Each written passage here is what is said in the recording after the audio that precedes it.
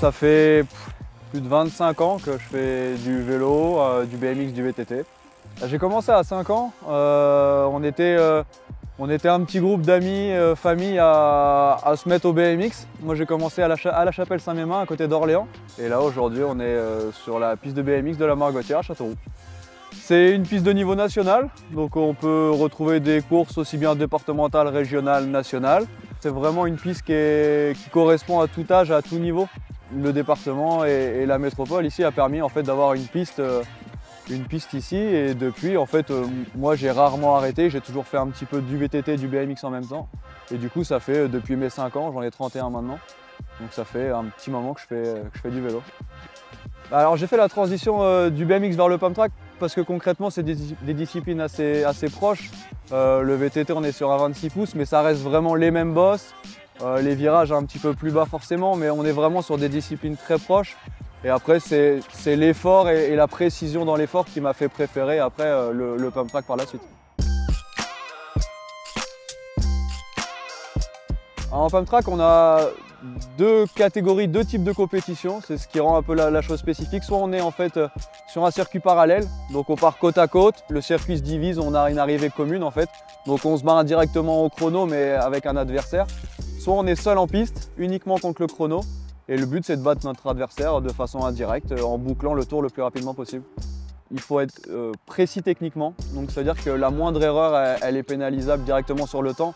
Mais il faut aussi être explosif, c'est vraiment, on schématise, on est un peu sur un 110 mètres haies, on a une dizaine, 10-12 secondes d'effort pur en pump track. Et forcément du coup la moindre erreur elle est pénalisée par vraiment un petit laps de temps. On est vraiment sur de la compétition pure sur le temps, quoi. Il n'y a vraiment aucune notion artistique, chaque technique qu'on fait c'est vraiment dans le but d'être le plus rapide et le plus efficace possible. Et après tout ce qui est on va dire le côté un peu freestyle, un peu visuel, c'est vraiment juste du pur plaisir pour nous.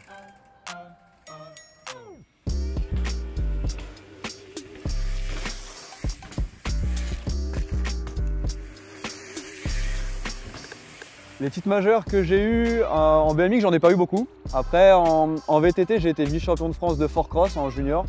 Et après, champion du monde de pump track en 2018. J'ai participé tout bêtement à une compétition qui était amateur, où la deuxième journée était ouverte aux professionnels. J'ai gagné assez facilement en fait, la journée amateur et du coup, je me suis retrouvé avec les professionnels le lendemain. J'ai fini 3e de cette compétition en fait. Pour mettre un peu de contexte, elle se situait dans un jardin de maison, dans une serre gigantesque. Et il y avait des centaines et des milliers de spectateurs en fait juste sur place, dans un jardin en soirée, et ça s'est passé tout le week-end. Et à la suite de ça, ça m'a permis vraiment d'enclencher un petit peu sur des compétitions à caractère professionnel, même si moi en fait, je voyais plus ça comme vraiment prendre du plaisir, faire une pure découverte. Et puis ça s'est fait comme ça.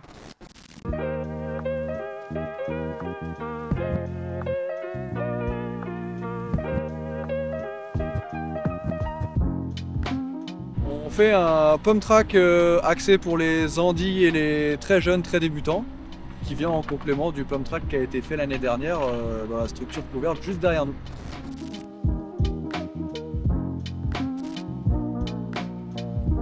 On est 3 du coup, principalement. Donc là, mon collègue Jérémy, que vous voyez peut-être dans la mini-pelle, c'est vraiment lui qui gère toute la partie terrassement pur, tout ce qui est chiffrage.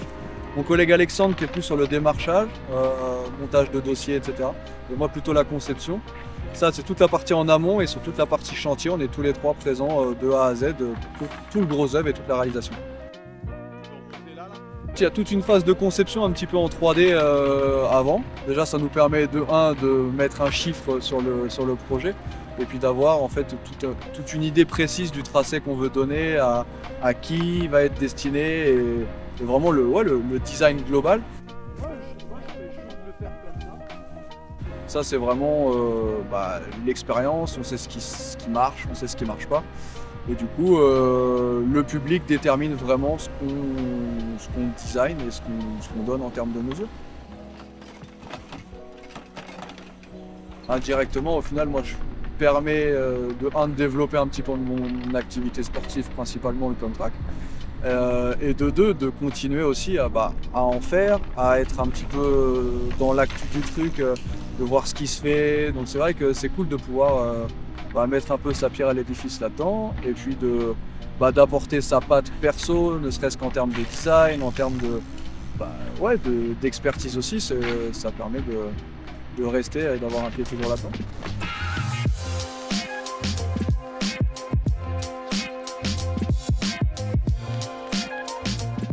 Je pense pas que la flamme olympique passera tous les ans à Châteauroux, enfin tous les 4 ans du moins.